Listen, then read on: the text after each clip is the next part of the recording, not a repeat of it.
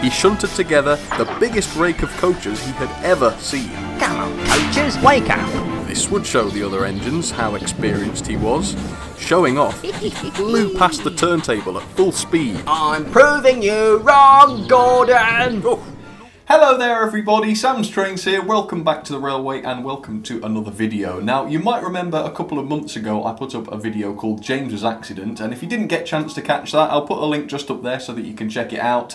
And I said at the time that it was the video that I'd spent the longest on in my entire life, and I think that's still true. It took me over a week of solid work to get that finished. And everybody's been really nice about it. Most people that have watched it sent a really lovely comment, and I've really enjoyed reading them, so thank you if you were one of the people that left a comment on there. A lot of people did. There was over 800 comments on there, I reckon, so yes, it's taken a lot of getting back to, but I do appreciate all of them nonetheless. So yeah, lots of comments as I've said, but also a lot of questions asking me how I did various bits of the video. And clearly there are a lot of special effects in that video, a lot of visual effects as well, so I guess I was expecting a few questions. So I thought today I would do a little bit of a behind the scenes video and talk a little bit about how I did some of those effects. As I say, there were quite a lot though, so what I've decided to do is just choose 5 of my favourites, and I will go through and kind of show you how I did those.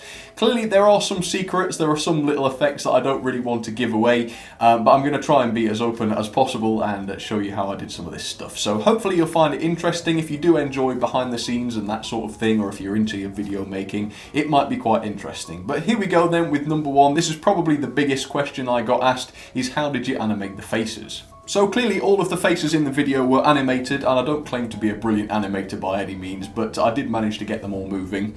Now with this one it's quite strange actually, because I actually shot and edited the entire video without animating any faces at all.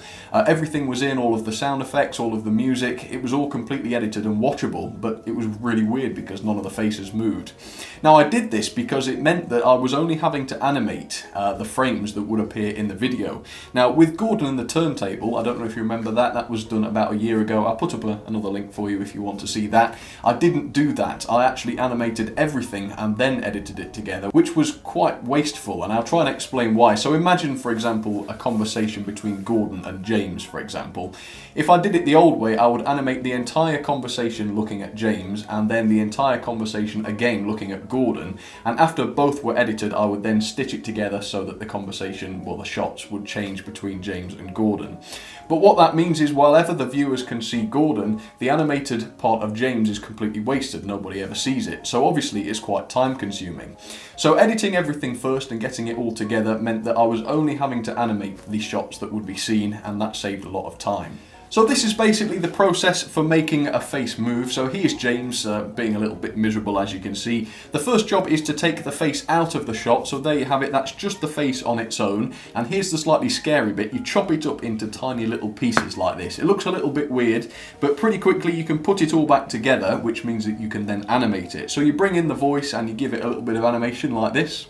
Engine, and I don't need a new motor. James. There you go, and then the fun part is to drop it back into the scene. This is the satisfying part, and then you have to sort of motion track it so that it actually stitches into the scene alright, and then you've done it.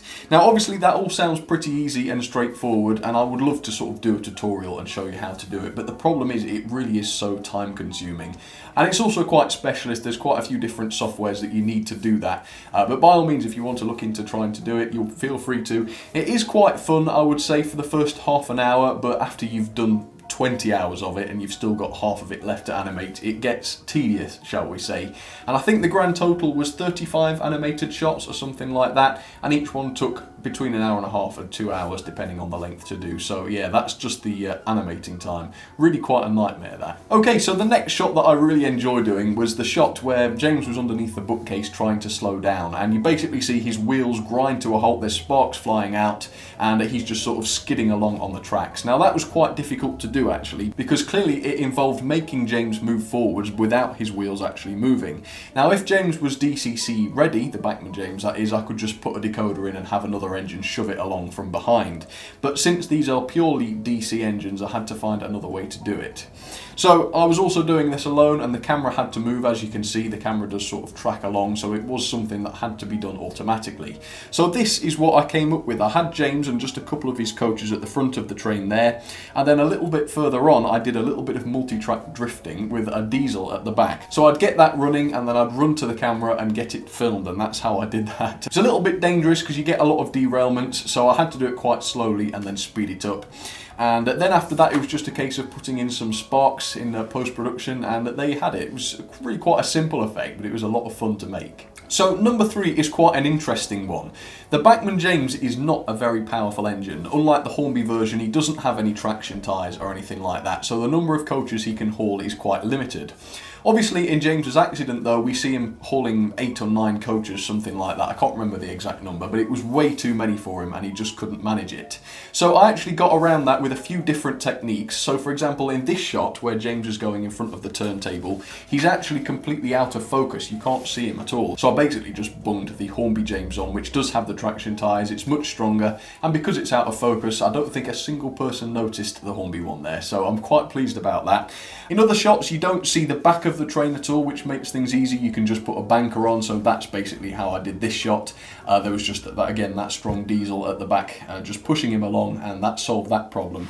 There were just a couple of shots though where that wasn't quite as simple. For example, this shot, you see the front and the back of the train, which means you can't use a banker. So this is the bit I was quite pleased with myself about. So what I did was, it's really not just one shot at all, it's 2 shots. So the first shot would be James at the front of the train, then the coaches, and then the diesel at the back. So that would run past the camera and I would film that.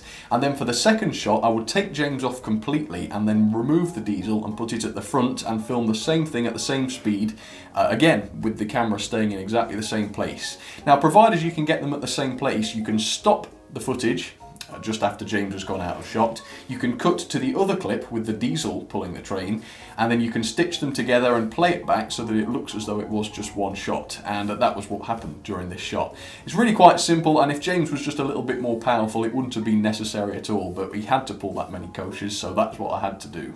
So number 4 is, I think, my favourite shot from the entire video. It's where you see a close-up of James pulling his train, and he goes sort of boz-eyed and he's squealing and that sort of thing. I really did enjoy doing it, but it was quite an involved shot to make. So to actually film the shot, I got, again, the powerful diesel. I put the Mobius just behind there, as you can see there, the little on-track camera, a couple of low loaders down low to simulate where James would be, and then finally James's coaches so that you can see them.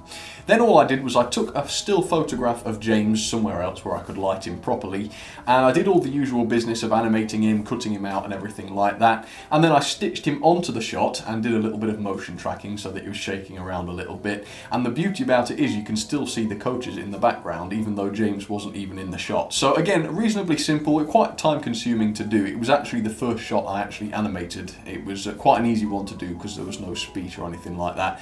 But yeah, I was really pleased with it in the end. I didn't know whether it was going to work. I thought, oh, this is really quite a lot of fakery all going on in one shot, so I wasn't sure whether it would come across okay. But in the end, it didn't come across too bad, so I was quite pleased. Okay, so number 5 is a more simple one, but I thought it would be quite interesting and maybe funny to share with you. It's not one I'd recommend doing at home because it's slightly on the dangerous side, I would say. So yeah, if you're a kid or anybody really, don't do this, find a better way. But it was this shot here where James is poorly, his motor's broken, and there's some sort of smoke blowing across the screen. Now, people like TARDIS Rescue actually have a proper smoke generator, which is perfect. They can just hook that up and they can have smoke coming from virtually anywhere. But I didn't have that luxury. I don't have a smoke generator or anything like that, so I had to come up with my own idea. Now, clearly I wanted the smoke to look as poisonous as possible because James's motor at that point in the story was blown up and it wasn't working properly. So we didn't want sort of steam or anything like that. It had to look like nasty, thick black smoke. So what I did, this was the most dodgy part of the whole film probably, was I cut some matches down to length and stuck them to a piece of brass and hid them just out of shot. Then I lit them and blew them out, and then the smoke sort of blew towards James very slightly. So obviously a ridiculous thing to do. I mean, all that carpet, the plastic models, it definitely could have gone wrong. So that's why I say don't try it at home. But yeah, that was probably the most botchy shot of the whole thing. I just thought I need some smoke, and that was just the first thing off the top of my head. Went and got some matches and tried it out. So there we go. That is my top 5 favourite shots from James's accident. If you've got any questions at all, anything I didn't cover or anything else you were wondering about, please feel free to let me know in the comments.